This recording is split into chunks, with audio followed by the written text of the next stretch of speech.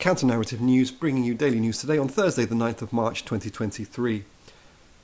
In Britain, there's a very interesting controversy developing and deepening around the Tories' far-right posturing in claiming that stopping the asylum seekers and refugees coming to this island on small boats is the quote-unquote people's priority in Britain, which is a total falsehood and a nonsense.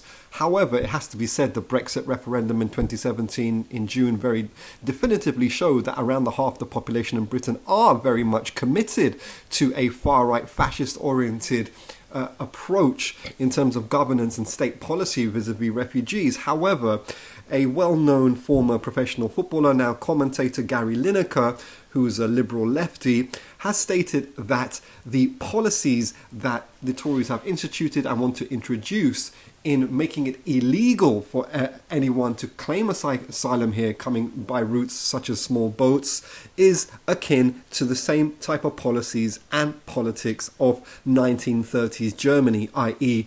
the rise and the growing power of the Nazi regime there. He has been attacked, and the right wing are basically pressuring for him to lose his jobs as a BBC Sports commentator. He is standing firm. This is all quite interesting, and it has relevance to the international global situation because of Britain's historical leading state in terms of colonialism and racism across the world, which still continues apace today, because of its Brexit victory, which along with Donald Trump were really one of the several beacons, along with the Moscow leadership, of spreading white nationalist far-right ideas across the world in a very toxic manner. But unlike Germany, Britain has no actual resistance against the Tories. There is no mobilisations against the Houses of Parliament when the Tories are trying to bring in their far-right legislation.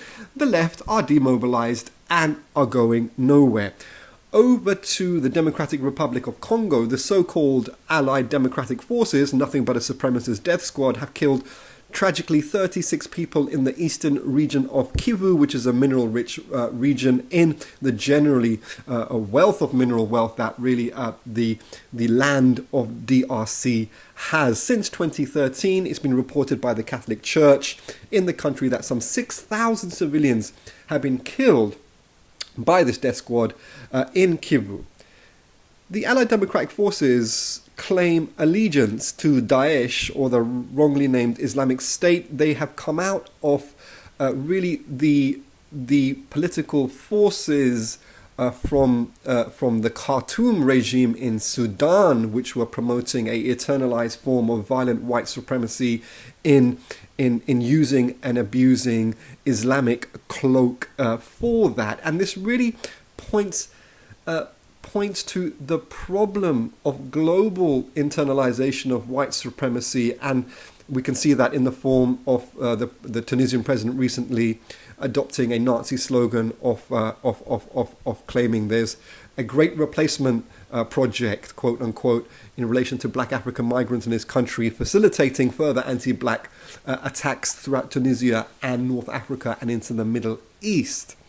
So really, it's really important to center what the people of the Democratic Republic of Congo are going through, because they have, ever since Belgian colonization, ever since the white supremacist lynching of the greatest Congolese leader, that's Patrice Lumumba, in the 60s, ever since the greatest kleptocrat serving neo-colonialism, that was Mobutu, ever since the several decades of millions of people dying in Congo because that colonialism and neo-colonialism wants to loot the country of its labor and natural wealth. Because of all these reasons, Congo must remain central to understanding how humanity has to assert itself in a unified way going forward. And finally, to Palestine. The white supremacist colonial regime in occupied Palestine has killed a further 3 young men in Jaba, a village near Nablus. They claim that they were part of an armed group there of Palestinian resistance. And what's interesting in the current situation in Palestine, that a new generation of Palestinian youth are taking up the challenges of the struggle the best they can in an increasingly negative and unfavorable situation in the globe and the region as it pertains to their struggle for freedom and independence. Many young people across the occupied territories are, despite coming from different political allegiances, being the radical left or nationalists or liberation fighters inspired by Islam, they are uniting together, organizing together. This is the armed struggle against the illegal settlements and the internationally recognized illegal policies of the white supremacist regime in Tel Aviv. So it's very interesting, and frankly, for those who stand against racism, against white supremacy, and for the rights of the self-determination of oppressed people, the Palestinian struggle remains an inspiration. That was Counter Narrative News. Please do continue to support us by encouraging your friends and your contacts to subscribe to our YouTube channel.